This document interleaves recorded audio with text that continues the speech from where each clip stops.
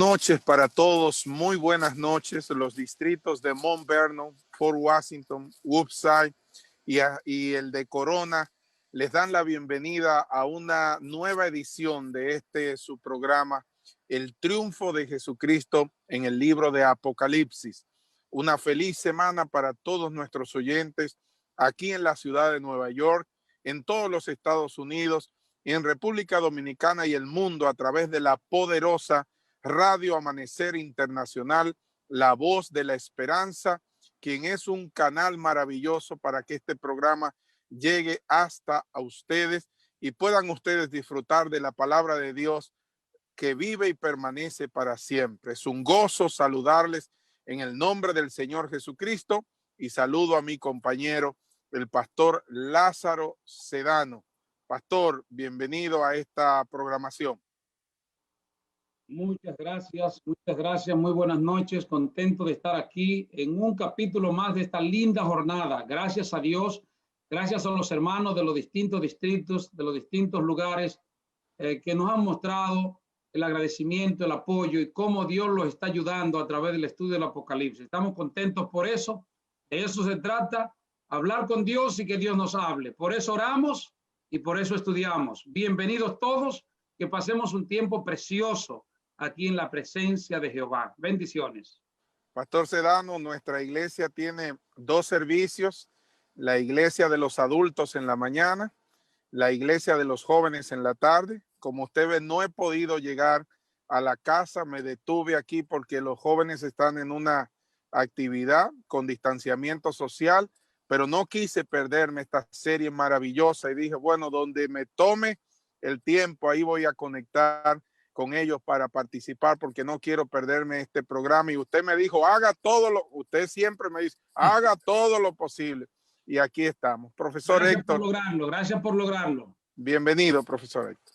Gracias. Tengan todos una feliz semana, Pastor Sedano. Víctor, un placer. Bendiciones. Buenas noches, pastor. A todos los demás que nos escuchan y nos miran a través de los medios. Bendiciones para todos. Ahora tenemos el privilegio de recibir a Pastor Sedano. ¿Usted me iba a decir algo? Adelante. Tenemos a Perla que está allí también. Adelante, Pastor Sedano. Déjeme corregir. Ahí tenemos a Milagro Guerrero, la madre de Perla. Es correcto. Está con nosotros. Bienvenida. Milagro Guerrero es de esas guerreras de oración que han estado activas, que han apoyado, que han fortalecido el ministerio de oración tras las cámaras. Generalmente está detrás, pero trabajando en ese sentido. Contento de tenerla con nosotros en esta hora y le vamos a pedir que por favor interceda por el pueblo, que tenga una oración por tanta gente que no puede llamar. Son miles que lo intentan y no podemos tomarlo, porque usted ore por esas personas, que ore también por los pedidos que tenemos en nuestra iglesia, que usted los conoce, y por alguna necesidad que usted entienda que hoy el mundo tiene, que hay que poner en las manos de Dios, lo dejamos en sus manos. Adelante. Muchas gracias, distinguidos pastores.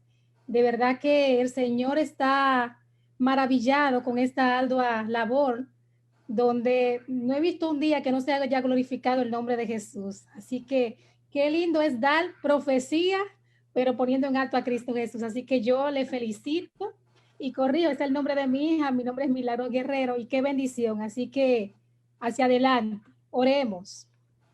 Maravilloso Padre, Rey de Reyes, Señor de Señores, reconocemos, Señor, que en nosotros no hay ninguna gloria. La gloria es suya, Dios de amor. Nos escondemos detrás de tu presencia, Señor, clamando, Dios de amor, por tu pueblo, Señor. Cuánta necesidad tenemos, Señor, de buscar tu presencia.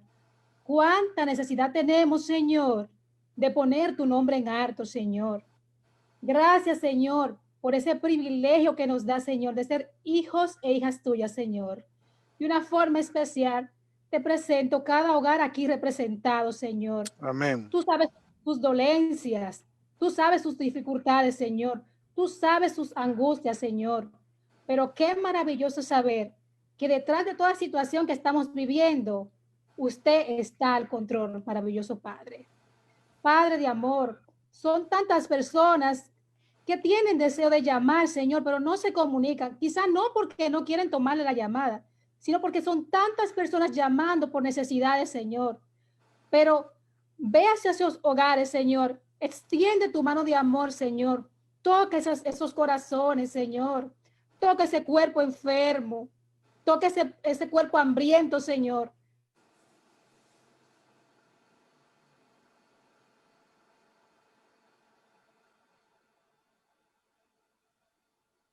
La victoria está en Te seguimos dando gracias, Padre, por tu amor y por tu misericordia. Y queremos que sigas tocando esas vidas, que manifieste tu poder a cada una de ellas. Los que están afectados de esta enfermedad de COVID, los que tienen alguna necesidad, oh Señor, en alguna clínica, en algún hospital con esta situación, los que están en la cárcel, oh Padre, los que están deambulando en las calles, ten misericordia de ellos, los que están en cuidados intensivos ahora y familias están orando allí. Por favor, Señor, derrama tu poder, derrama desde el cielo esa sanidad que ellos están esperando. En el nombre de Jesús. Amén, amén, amén. Muchas gracias, pastor. Así es la tecnología, puede fallarnos. Así que Dios te bendiga. La última parte no se escuchaba, pero gracias al pastor Reyes que terminó la oración. Bendiciones. En este momento, pastor. En este momento presentamos a nuestro profesor Héctor Delgado, quien tiene una promesa cada noche interesantísima que estamos anotando, y estos son sus 5 minutos de reflexión. Adelante, querido líder. Muchas gracias. Bueno, Reyes, las promesas se nos terminaron. Esta noche vamos a iniciar una breve reflexión cada noche durante 7 noches seguidas sobre las bienaventuranzas que aparecen en el libro de Apocalipsis, que como las 7 promesas que estuvimos estudiando del mensaje a las iglesias, son 7 también. Ustedes saben que en Apocalipsis ese número es bien importante y un número clave que denota la plenitud y la perfección. 7 bienaventuranzas podrían significar la totalidad de la misericordia divina, de las bienaventuranzas divinas, de la dicha o la felicidad que Dios puede impartir a los seres humanos. La totalidad de todas las bendiciones inestimables del mundo venidero y de la vida espiritual. Cuando nosotros leemos el libro de Apocalipsis, no dejamos de notar que precisamente son 7 las bienaventuranzas. Y la primera se encuentra en el capítulo 1, verso 3. Bienaventurado el que lee y los que oyen las palabras de esta profecía y guardan las cosas en ellas escritas, porque el tiempo está cerca.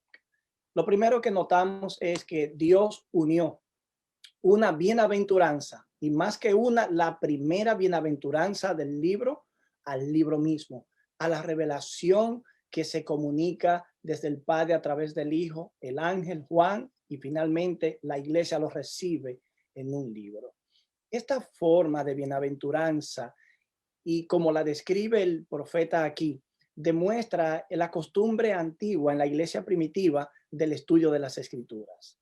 Como no todo el mundo tenía la facilidad de tener un manuscrito en la mano, por lo costoso que podía ser o por las implicaciones que tenía de copiar a mano un manuscrito de esto, un escrito de esto, no todo el mundo tenía la facilidad de tener un manuscrito en la mano. Otros ni siquiera nunca lo hubiesen podido tener por sus condiciones financieras o económicas, por lo costoso que a veces podía ser.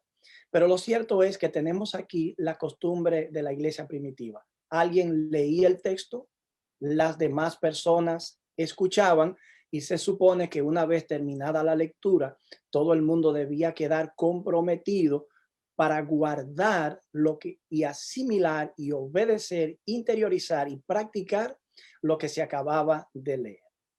Cuando Apocalipsis utiliza el término bienaventurado, con esa sola palabra, Apocalipsis conecta con el Evangelio de Mateo, donde en el capítulo 5, los versos 3 al 12, tenemos las bienaventuranzas. Y un detalle interesante respecto a estas bienaventuranzas del Evangelio de Mateo es que si fueran divididas en 10 partes, una por versículo, se obtendría una división similar a la que obtenemos de los 10 mandamientos. Las primeras 4 tratarían nuestra relación con Dios y las últimas 6 estarían enfatizando la relación con el prójimo. El término bienaventurado, es cierto que algunas versiones actualizadas lo traducen como feliz o dichoso, pero esos dos términos no recogen todo el sentido de la palabra bienaventurado. El término que se utiliza en las escrituras incluye mucho más, porque ese término apunta a Dios, de quien viene toda bendición. Feliz o dichoso, sí, es una traducción, pero no refleja completamente la idea que Cristo está proyectando, ni en el Evangelio de Mateo y ni tampoco en el libro de Apocalipsis. Ahora, el término feliz o dichoso puede que haga más referencia al estado subjetivo de felicidad que vive una persona, pero en Apocalipsis, la bienaventuranza que se nos está dando reclama mucho más que un estado de bienestar presente. Note que en Apocalipsis, quienes obedecen la palabra de Dios son muertos por esa obediencia. Es decir, terminan siendo hasta mártires. Por lo tanto, cuando tú tienes que ser mártir, según el término bíblico, tú no dejas de ser bienaventurado. Nunca lo dejas de ser, pero puede que tú no estés en tu mejor estado de dicha o felicidad como un estado. Pero aún así, tú estás llamado a ser bienaventurado si tú lees, escucha y guarda la palabra de esta profecía. Es interesante que allí Apocalipsis se describe como una profecía. Ahora bien, las bienaventuranzas no son simples afirmaciones. Por ejemplo, bienaventurado el pastor Héctor Delgado porque participó del programa. Eso sería una afirmación, pero en las escrituras, bienaventurado no es una afirmación, es una exclamación. Nosotros entonces bien podríamos traducir o leer las bienaventuranzas más o menos de esta manera. O la bienaventuranza de los pobres en espíritu. O la bienaventuranza de los que lloran porque ellos recibirán consolación. O la bienaventuranza de los mansos porque ellos heredarán la tierra.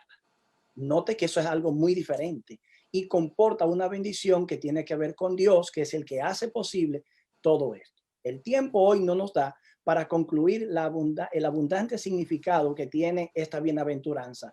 Pero para concluir, y mañana la vamos a retomar nuevamente porque el tiempo así no lo permite, me gustaría decir que el bienaventurado es el hombre, según el Salmo 1:1, que no anda en el consejo de los impíos, ni se detiene en el camino de los pecadores, ni se sienta en silla de burladores. Y es interesante que algunos intérpretes proponen la idea de que este salmo deba traducirse de la siguiente manera: o la bienaventuranza del hombre que no anda en el consejo de malos. Por lo tanto, se reafirma lo que leímos o lo que dijimos de Mateo capítulo 5 y lo que realmente estaría en mente del escritor bíblico cuando expresa esto. Termino diciendo, los verbos leer y oír en este pasaje de Apocalipsis 1:3 están en presente. Y con eso se indica que no se está tratando de un ejercicio que ocurre solo una vez, sino de un ejercicio espiritual que debe mantenerse con constante regularidad. Eres bienaventurado, pero óigame bien, eres bienaventurado si lees, pero eres bienaventurado si escucha, y también eres más bienaventurado si guarda. Mañana volveremos a retomar esta bienaventuranza para concluir así por lo menos someramente todo lo que implica. Que el Señor te bendiga y te haga a ti ser un bienaventurado. Gracias, profesor Héctor. Por favor, tome Biblia, lápiz y papel y voy a pedirle a Milvio que lea el capítulo número 13 del libro de Apocalipsis, no sin antes pedirle a usted que para bendición de los demás, Dios desea que usted comparta este programa y más este capítulo que ha sido tan tergiversado en muchas ocasiones, el capítulo 13. Por favor, comparta esto, compártalo con sus amigos, familiares, vecinos, compañeros de trabajo. Y cuando termine la programación, siga mandándolo a todo el que usted pueda, por favor. Adelante, Milvio. Libro de Apocalipsis, capítulo 13, las dos bestias. Me paré sobre la arena del mar y vi subir del mar una bestia que tenía 7 cabezas y 10 cuernos, y en sus cuernos 10 diademas, y sobre sus cabezas un nombre blasfemo. Y la bestia que vi era semejante a un leopardo, y sus pies como de oso, y su boca como boca de león. Y el dragón le dio su poder y su trono, y grande autoridad.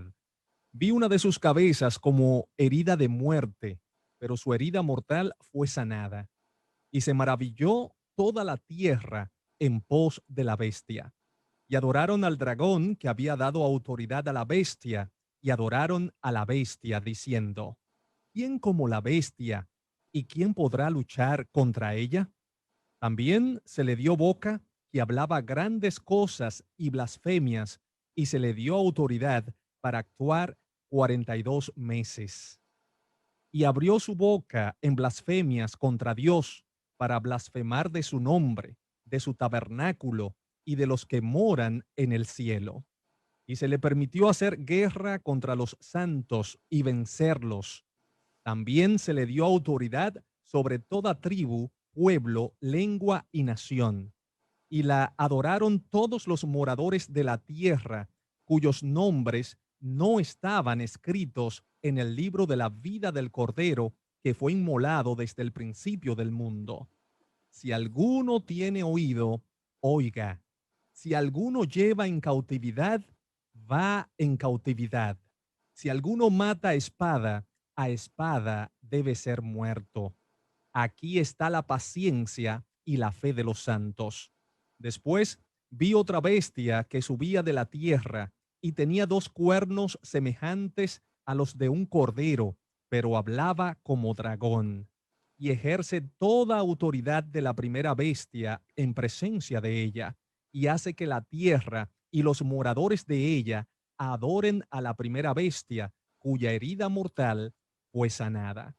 También hace grandes señales, de tal manera que aún hace descender fuego del cielo a la tierra delante de los hombres, y engañaba a los moradores de la tierra con las señales que se le ha permitido hacer en presencia de la bestia, mandando a los moradores de la tierra que le hagan imagen a la bestia que tiene la herida de espada y vivió.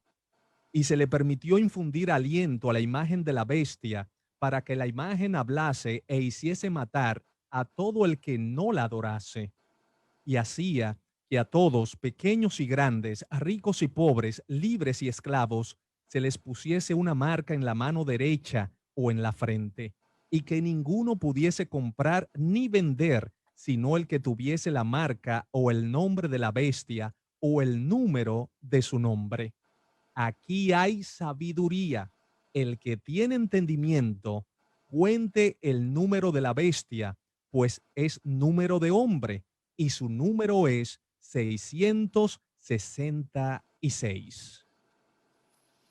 Gracias, Milvio. Pastor Vladimir Polanco, voy a pedirle que encienda su cámara en este momento. Y quiero decirle algo al pastor Vladimir Polanco, que él me escuche. Yo hice todo el esfuerzo por estar en el programa, pastor Vladimir, porque uno de los sábados tristes para mí en medio de esta pandemia fue cuando alguien me llamó y me dijo: pastor, hay alguien que no quiere dejarse tomar la temperatura y se va a ir de la iglesia. Y yo bajé, pastor Vladimir, y hablé con esa persona, le dije con amor, con cariño, y me dijo: no, pastor, eso de tomar la temperatura tiene que ver con la marca de la bestia. Y con toda la amabilidad yo le rogué, y no era de mi iglesia, pastor Vladimir, pero sí era adventista de otro lugar, y la persona finalmente se fue.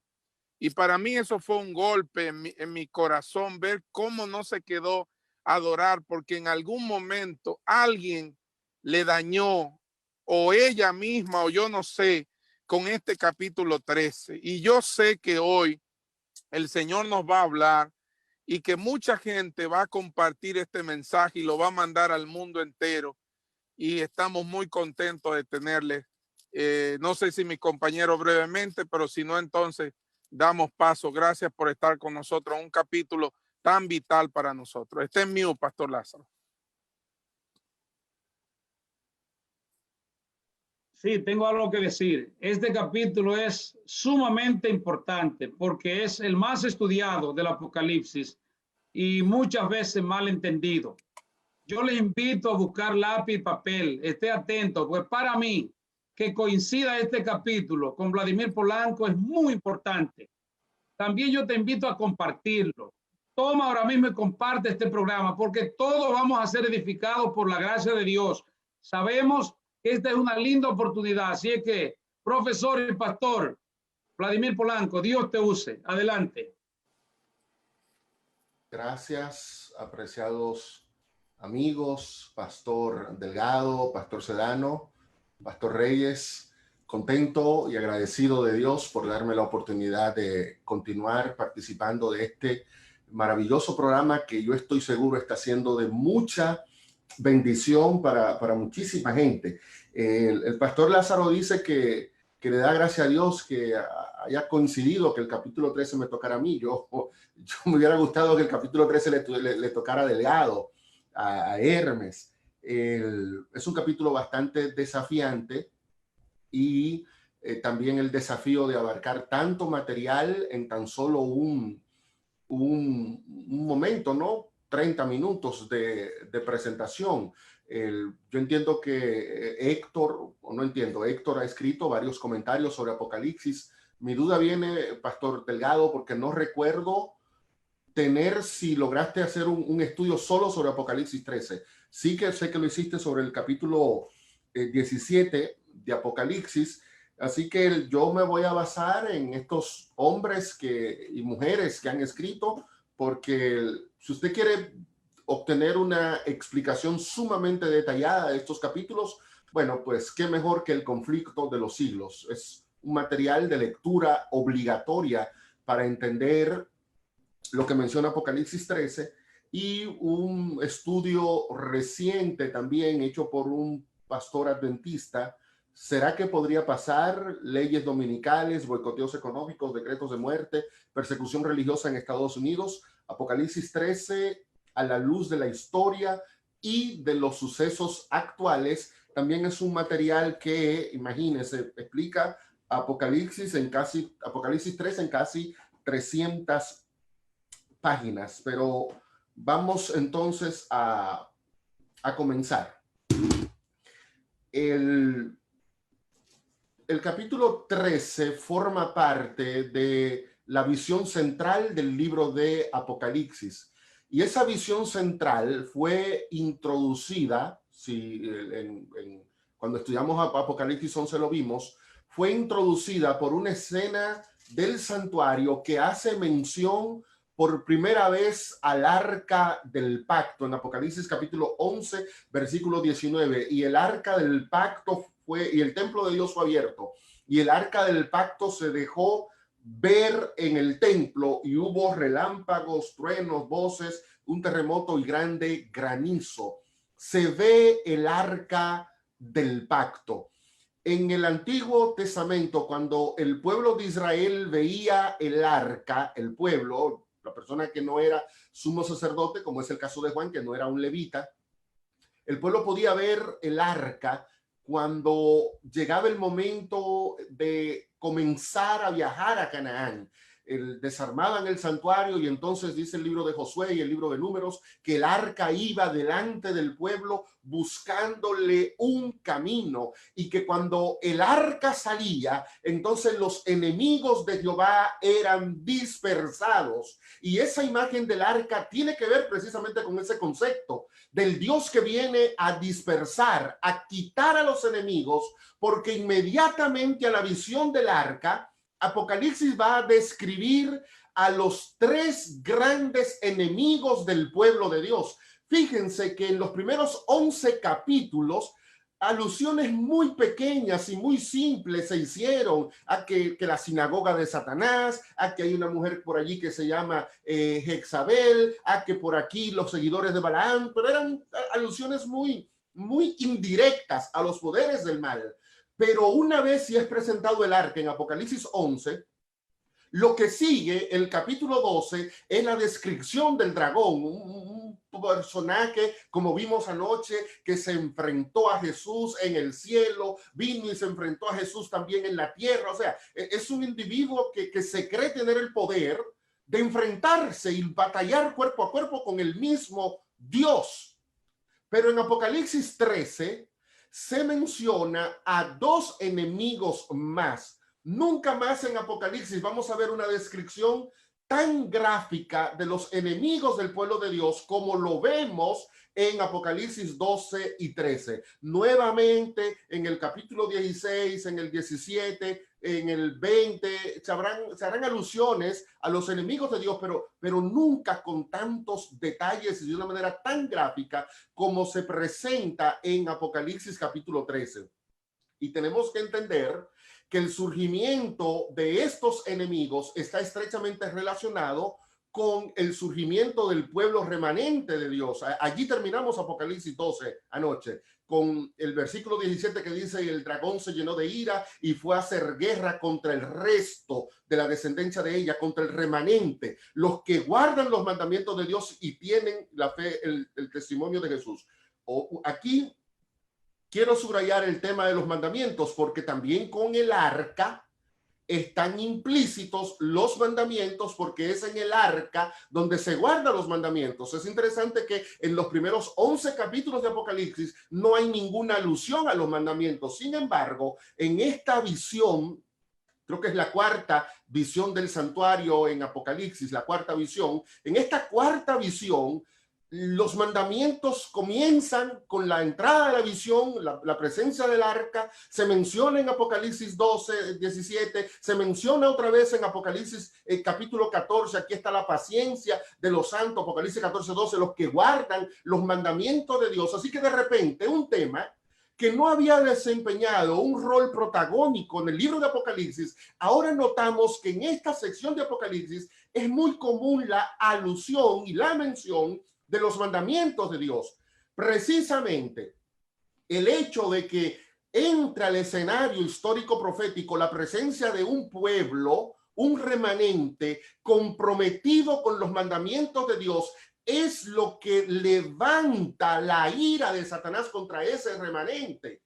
Y Satanás, ahora que se enfrentó contra el Hijo de Dios él solo, ahora en Apocalipsis 13 vamos a ver que no viene solo, sino que él hace que dos poderes más se unan, y ahora el remanente tiene que enfrentarse a un triunvirato, a tres poderes diabólicos que batallarán enormemente para acabar con el pueblo de Dios.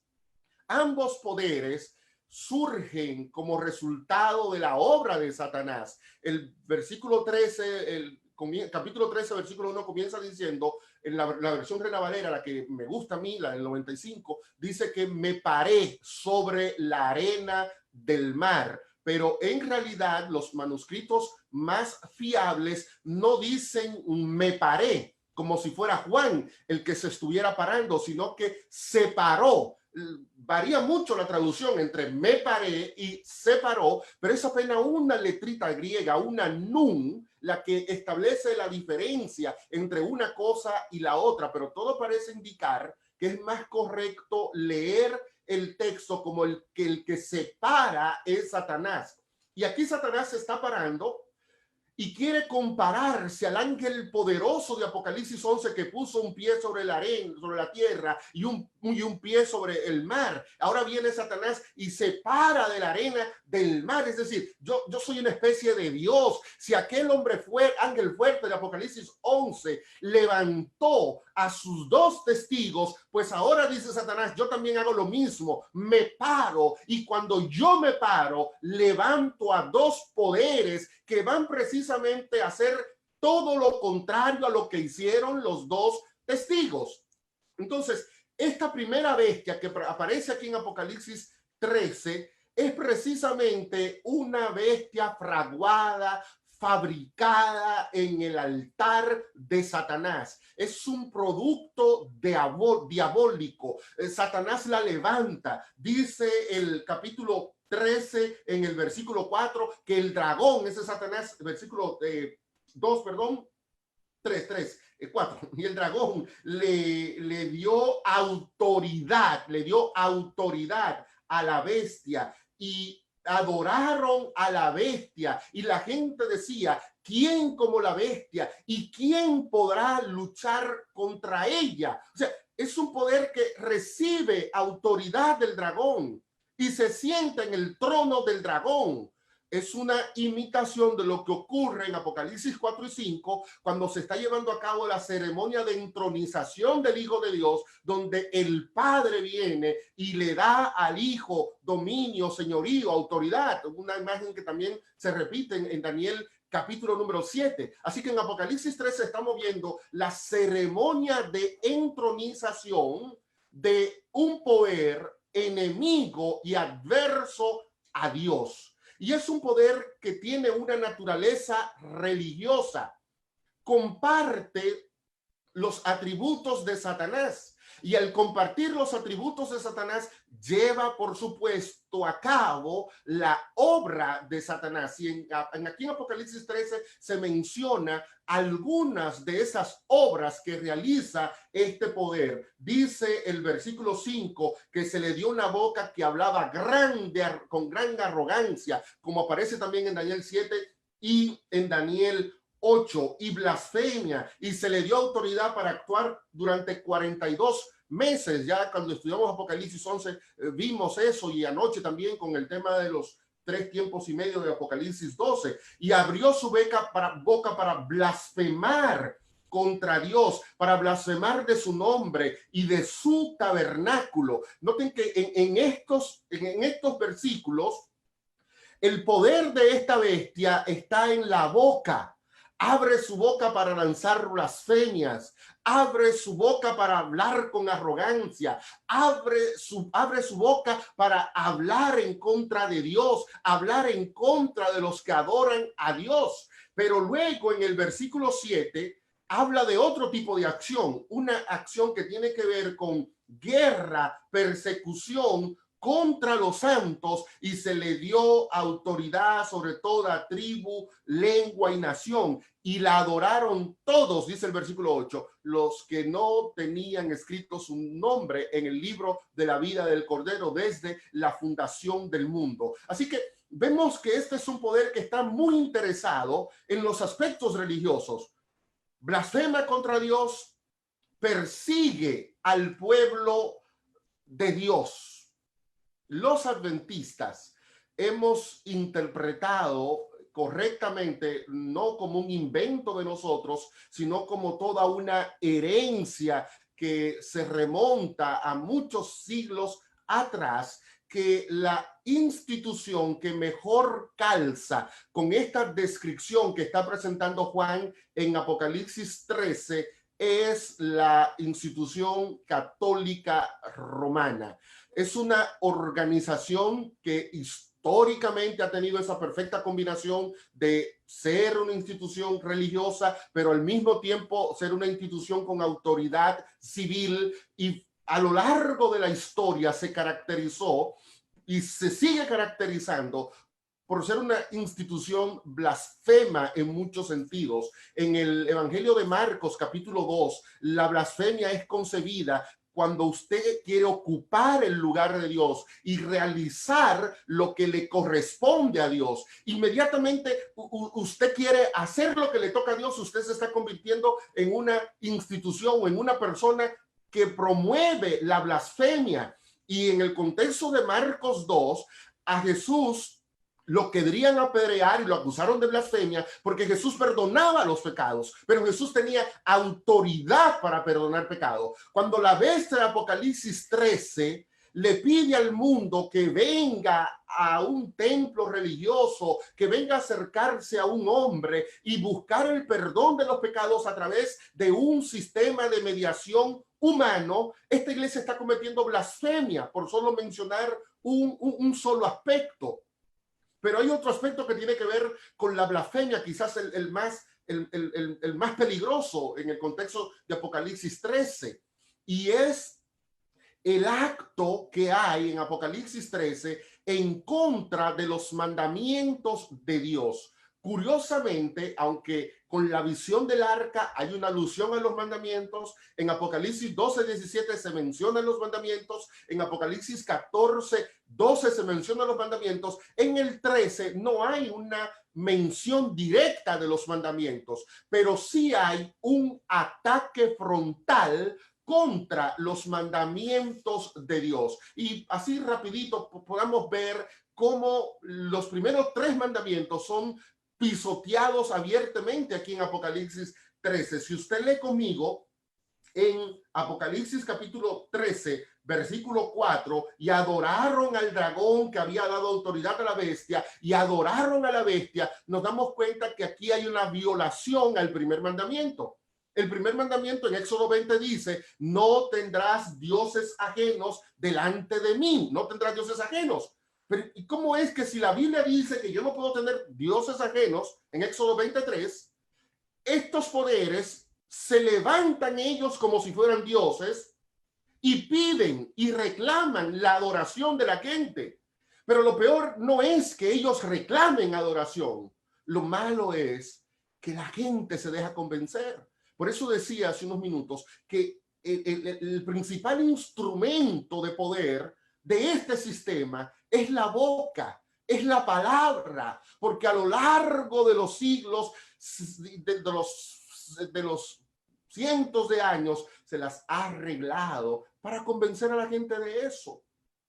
Y usted encuentra gente adorando a la Virgen María, y encuentra gente adorando al Santo Niño de Atocha, y ahora en una sociedad más secular como la que vivimos, bueno, te cambio a la Virgen María, pero te pongo una estatua de Buda. Al final todos terminan adorando imágenes. Es una violación al primer mandamiento. En el capítulo 13, versículo 15, se dice lo siguiente: se le permitió infundir aliento a la imagen de la bestia para que la imagen hablara e hiciera matar a todo el que no la adorara. O sea, se construye una imagen y hace que la gente adore esa imagen. Una violación directa al segundo mandamiento que prohíbe la adoración de imágenes, ya sea de cosas que estén arriba en el cielo o de cosas que estén abajo en la tierra. En Apocalipsis capítulo 13, 5 y 6, vemos que repetidamente se menciona a la primera bestia como una institución completamente llena de blasfemia,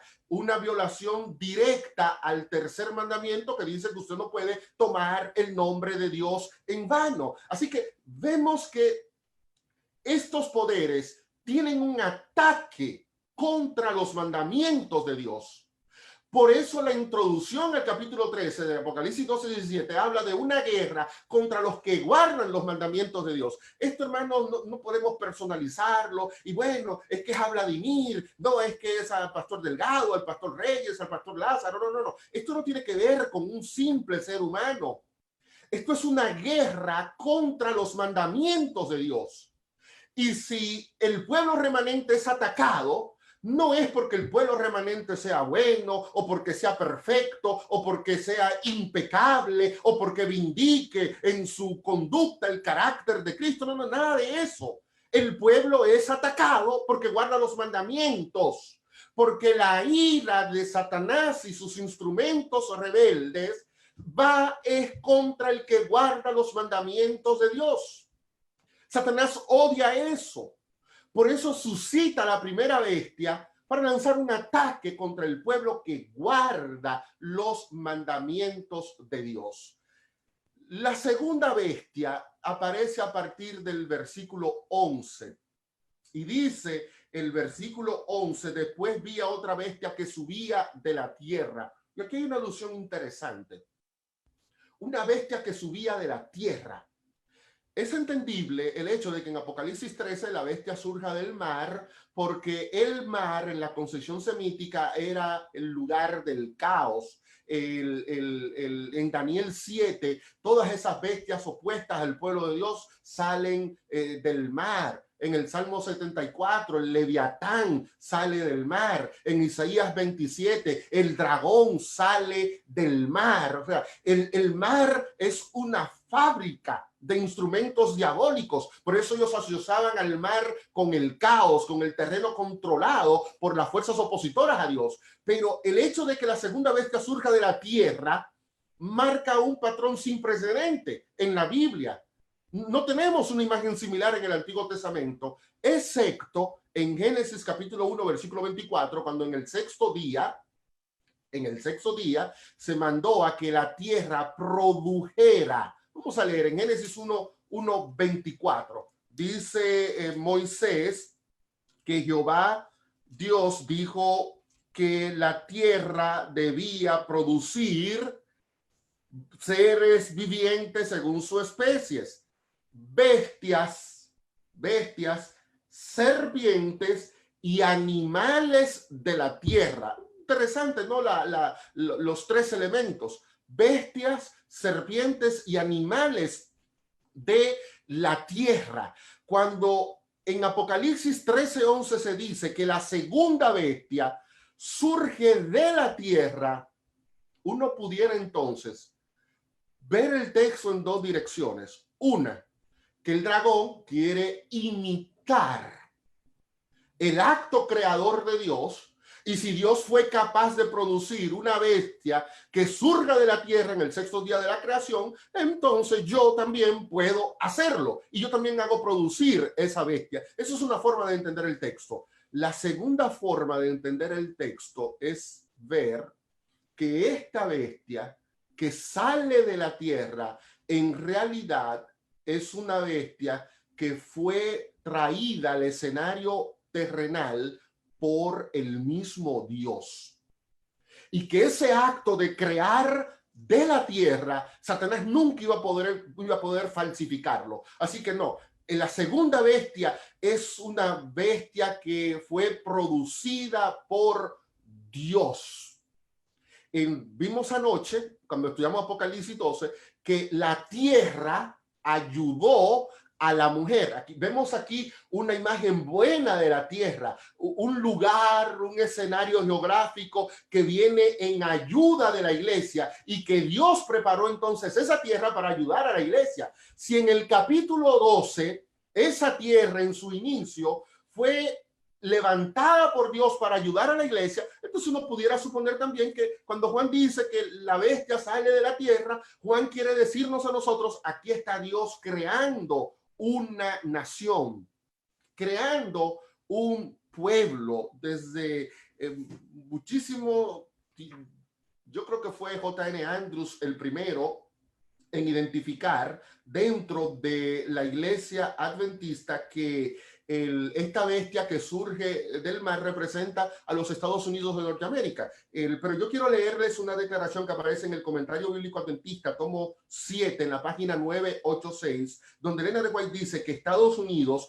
ha sido un país que ha estado bajo el escudo especial del Omnipotente. Y en el capítulo titulado América en la Profecía, Elena de White presenta claramente a Estados Unidos como una nación que fue ideada y creada por Dios, y ella la llama la nación más bendita de la tierra. Los adventistas hemos creído que está bien que la segunda bestia es una representación de Estados Unidos, pero ¿qué pasó? ¿Qué pasó? Curiosamente, las 3 veces más que el libro de Apocalipsis va a hacer mención a este poder, a la bestia de la tierra, en Apocalipsis 16:13, en Apocalipsis 19, en Apocalipsis 20, se va a referir a ese poder como un falso profeta. Si es un falso profeta, eso indica que en un momento determinado, este poder fue un profeta verdadero, pero luego se corrompió. Balaam fue un profeta verdadero, pero luego se corrompió. Los profetas falsos, precisamente en el libro de Hechos, capítulo 20, salen de la iglesia. Lobos rapaces, falsos profetas surgirían de entre nosotros. O sea, gente que vino, oyó el mensaje, creyó el mensaje, incluso fueron instrumentos de Dios, pero luego con el tiempo se corrompieron. Eso es lo que pasa con la segunda bestia. Al principio sale como una nación de Dios. Al principio es como un cordero. Al principio es una nación llena de bendición. Una nación que sirvió incluso de refugio para el pueblo de Dios. Una nación en cuyas entrañas nacería la iglesia remanente, el adventismo. Pero luego esa nación entró en una confabulación con la primera bestia, y cuando usted une lo santo con lo profano, no es que lo profano se convierte en santo, es que lo santo termina profanándose. Y eso es lo que pasa con la segunda bestia. Aunque comenzó como un poder divino, lamentablemente, al rechazar precisamente los mandamientos de Dios, la palabra del Señor, y unirse en doctrinas y en ideas a la bestia de la tierra, entonces se confabuló para formar una trinidad diabólica contra el pueblo de Dios. Yo solamente quiero llamar la atención, es que hay tantas cosas que decir aquí, pero quiero llamar la atención a solo una lecturita interesante de esto. Muchos de nosotros ya estamos hablando muchas tonterías, y yo no soy así como tan ético y tan polite como Héctor, Luther Quispe y Hermes, no, hablamos mucha tontería, y ya estamos hablando mucha tontería de Biden, de la señora Kamala Harris, y que miren, este presidente es un jesuita, es un católico, y ya viene la ley dominical, y esto y aquello, y por andar hablando tonterías y enfocándonos en lo que no sabemos, perdemos de vista lo que sí es realmente parte del cumplimiento de Apocalipsis 13 delante de nuestros ojos. Si usted lee un poquito de historia, ustedes podrán darse cuenta que cuando se eligió el primer presidente católico aquí en los Estados Unidos, al señor John Kennedy, hubo una revolución social. Los protestantes estaban sumamente enojados, y una de las frases célebres de aquellos días es que el Vaticano iba a gobernar en los Estados Unidos. Hubo una gran oposición. Sin embargo, ahora pasó lo contrario. Fuera de 2 o 3 adventistas, que a veces fuera de contexto andan mencionando eso, ¿dónde usted ha visto algún protestante cuestionando el nombramiento de Biden, poniendo en tela de juicio o viendo a eso dentro del contexto del escenario profético de Apocalipsis 13? No lo movemos. Y en lugar de andar diciendo que ya Biden va a promulgar la ley dominical, que Biden es un jesuita, perdemos de vista cómo una sociedad que hace 40 años era completamente anticatólica, ahora elige a su segundo presidente católico precisamente con el apoyo de los protestantes. Christianity Today dio un paso que todo el mundo creía que iba a ser una desgracia para Christianity Today, cuando la revista conservadora más influyente del protestantismo norteamericano escribió todo un editorial diciendo: nosotros no vamos a apoyar a Trump, retiramos todo nuestro apoyo a Trump. Y todo el mundo creía que esa franja evangélica, mira, dejó de apoyar a Trump para apoyar a Biden, que es católico. No, todo el mundo se quedó tranquilo. No ha habido una revolución en el ambiente religioso.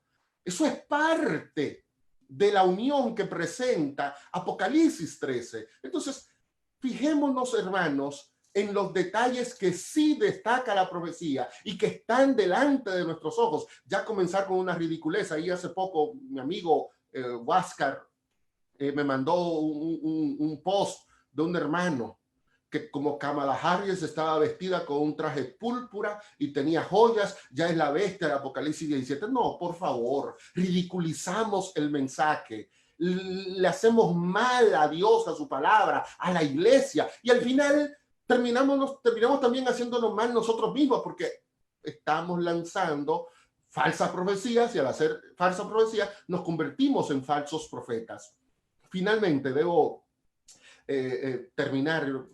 Se acabó el tiempo, pero estos poderes, junto con la imagen de la bestia, que es el protestantismo apóstata, entonces pondrán en marcha la imposición de la marca de la bestia. Es interesante que 6 veces en Apocalipsis se menciona la marca de la bestia, y en todas las ocasiones la marca de la bestia está asociada a la adoración.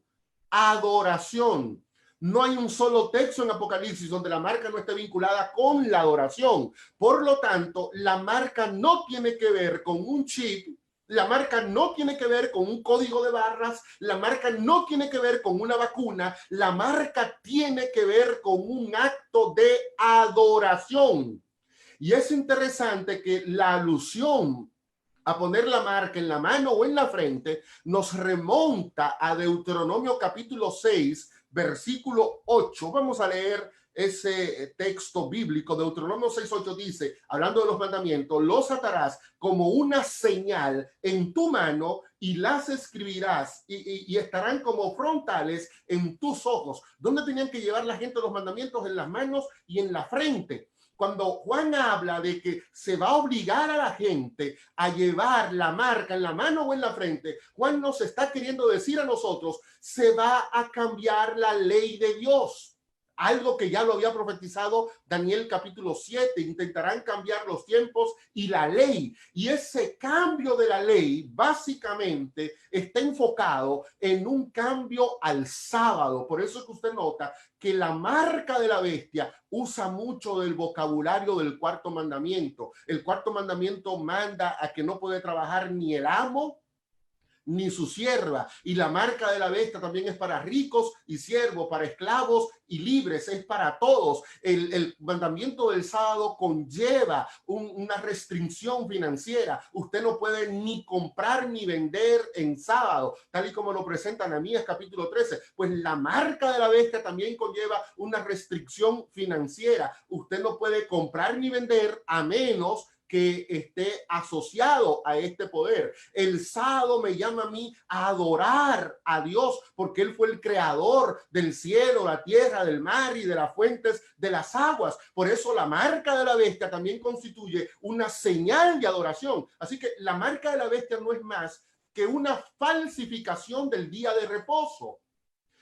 Cuando nosotros caemos en el jueguito de por dar un mensaje sensacionalista, terminamos hablando que una vacuna, que un chip, que una tarjeta de crédito y que todo ese tipo de cosas. Nosotros estamos demostrando que no hemos tenido un encuentro con la palabra, porque lo que hay aquí es un ataque contra la ley de Dios.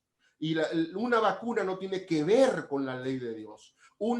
El uso de una tarjeta de crédito no tiene que ver con la ley de Dios. El hecho de que un producto venga con el código de barra no tiene que ver con la ley de Dios. No tiene que ver con adoración. Así que Apocalipsis rápidamente nos dice a nosotros que si alguien viene a hablarte a ti de la marca como algo que no tiene que ver con la adoración de Dios, automáticamente descártalo. Si tú no eres capaz de explicar que es una falsificación del sábado como día de reposo, en otras palabras, la imposición del domingo, un mandamiento que es adorado tanto por protestantes como por católicos, entonces no creas ese tipo de mensaje y mucho menos no te aventures a predicarlo. Debo terminar con una reflexión, inclinándome más a los amigos que están oyendo este programa.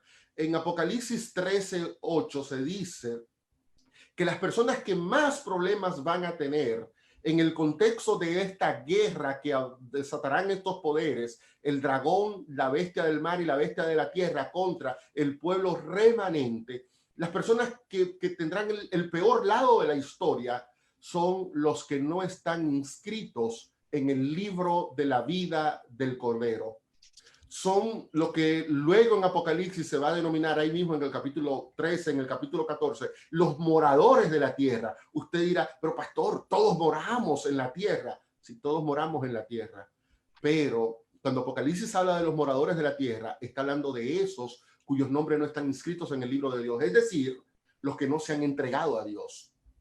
Porque los que se entregan a Dios, los que reciben el ataque de Satanás, los que están dispuestos a guardar los mandamientos del Padre, los que han aceptado a Jesús como su Salvador personal, son los que tienen su nombre inscritos en el cielo. Y como su nombre está inscrito en el cielo, ellos habitan en el cielo. Por eso dice Apocalipsis 13 que el dragón y la bestia atacan a los que habitan en el cielo. Pablo dice en el libro de Efesios que nosotros estamos sentados juntamente con Cristo en los lugares celestiales. En Colosenses capítulo 3 dice que nuestra vida está escondida con Cristo en Dios. También ahí mismo dice, buscar, poner la mira en las cosas de arriba y no en las cosas de la tierra. el pueblo de Dios vive en la tierra, pero su nombre está inscrito en los libros del cielo porque creyó en Jesús, ama a Jesús y ahora guarda los mandamientos de Jesús. Si usted se enredó, mire, pastor, es que la primera bestia, que la segunda bestia, que si son los católicos, que si son los americanos, mire, yo me enredé con todo eso que usted me estaba diciendo, pero hay algo que yo no quiero que tú te enredes. Tú no tienes que formar parte de los que su nombre no está inscrito en el cielo. Cristo murió. Es el cordero inmolado, dice Apocalipsis 13:8, desde la fundación del mundo, precisamente para que tu nombre esté inscrito allí. Y si tú tienes tu nombre inscrito allí, entonces Dios te cuenta no como una persona que está bajo el poder de las fuerzas demoníacas aquí en la tierra. Dios te cuenta como una persona que habita en el templo de Dios, que está protegida por Dios, que está al amparo de Dios y que no hay poder demoníaco que pueda tocar a un pueblo que ha decidido encontrar refugio en los brazos poderosos de su Dios. A la pregunta, ¿quién podrá pelear contra la bestia? Dios siempre tendrá una respuesta. Cristo, nuestro Miguel, podrá pelear contra esa bestia y peleará por ti.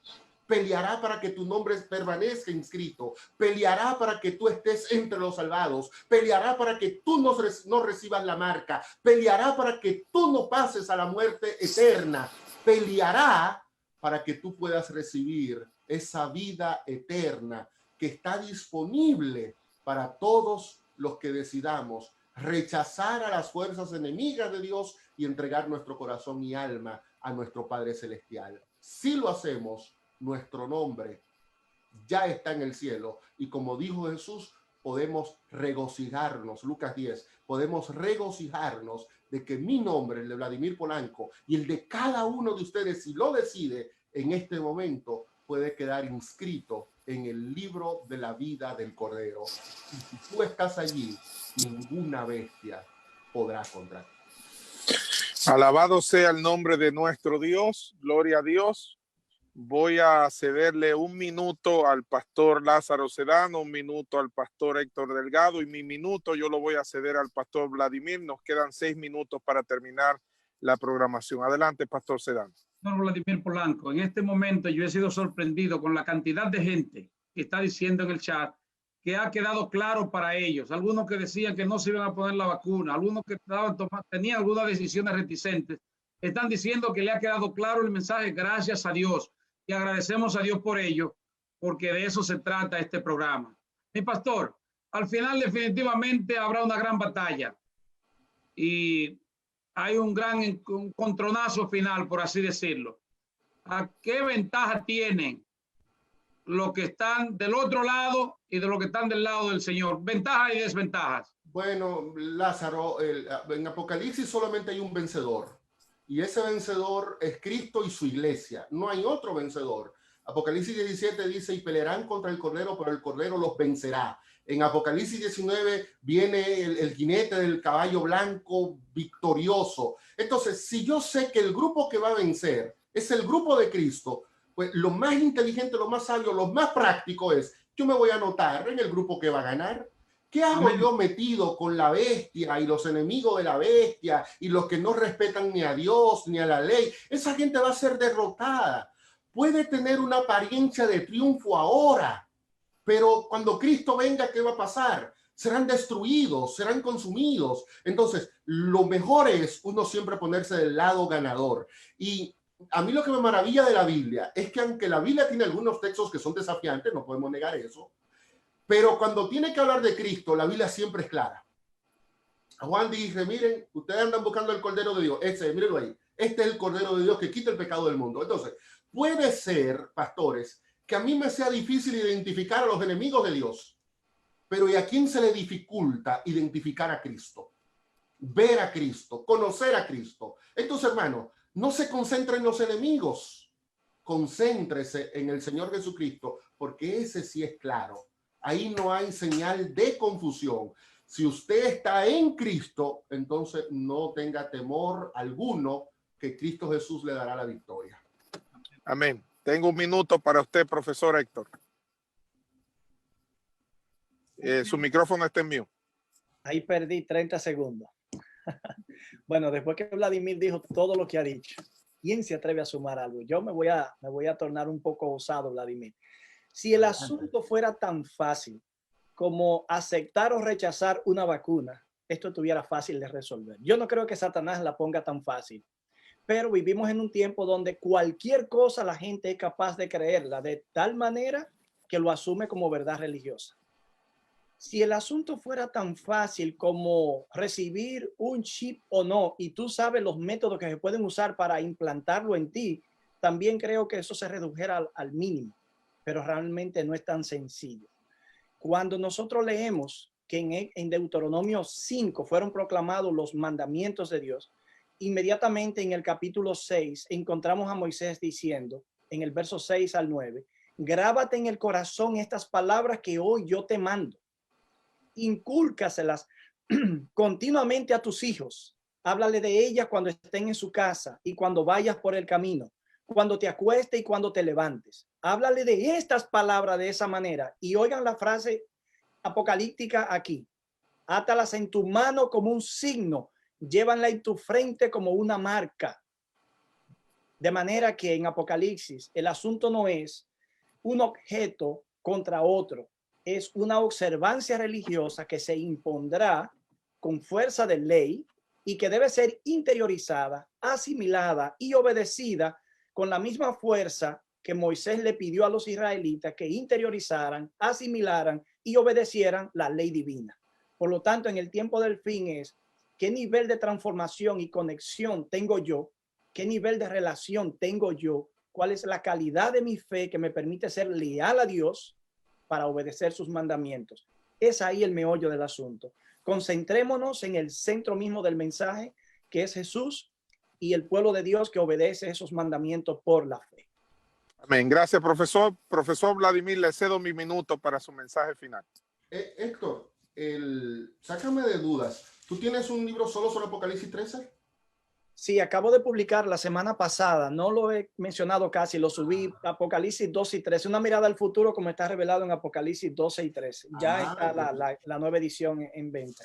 Yo sabía que yo no estaba tan perdido, así que ahí, hermano, cuando Héctor saque el libro, a buscarlo y vamos a tener información de primera mano al respecto. Bueno, el mensaje final, yo quisiera retomar el hecho de la reiterada mención de los mandamientos en esa última parte en esa sección del libro de Apocalipsis. El arca, los mandamientos, el remanente que guarda los mandamientos, el pueblo que aguanta precisamente los ataques de la bestia. Aquí está lo que tienen paciencia, lo que guardan los mandamientos de Dios, y el ataque en Apocalipsis 13 contra los primeros 4 mandamientos.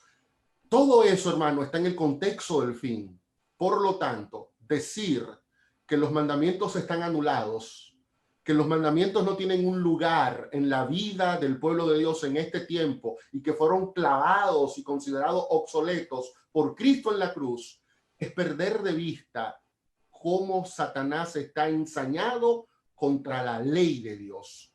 Así que debemos mantener la resistencia, la firmeza y el compromiso con obedecer los mandamientos de Dios y con continuar enseñándolo al mundo, porque eso es lo que hace que Satanás esté sumamente airado contra nosotros.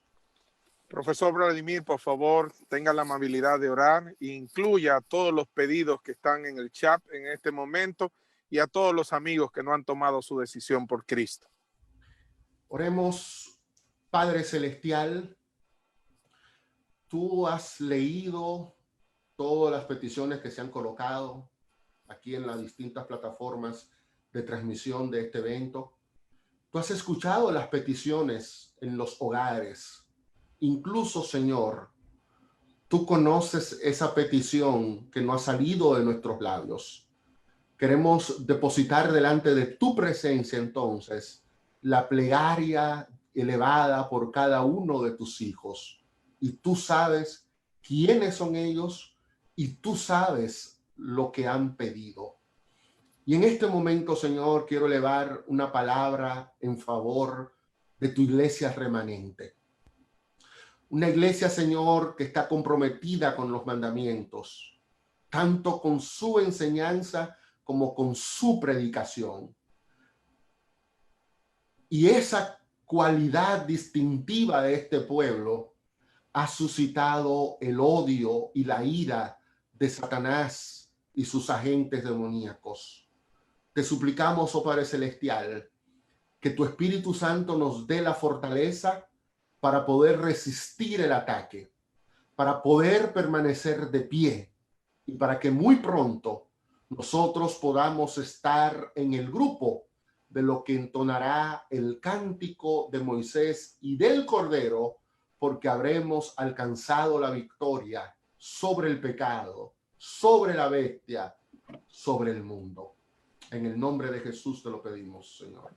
Amén. Amén. Muchas gracias para los distritos de Fort Washington, Woodside, Mount Vernon y Corona. Ha sido un placer llevarle una nueva edición de esta serie, El Triunfo de Jesucristo en el libro del Apocalipsis. Si Dios lo permite, Pastor Sedano, creo que mañana estará el doctor Enrique Báez con nosotros. Así es, con el gran capítulo 14, uno de los grandes capítulos del Apocalipsis. No nos lo podemos perder. Que Dios les bendiga a todos y Milvio, muchísimas gracias por ayudarnos esta noche. Gracias y feliz noche para todos en la paz del Señor Jesucristo y con la palabra de Dios que vive y permanece para siempre.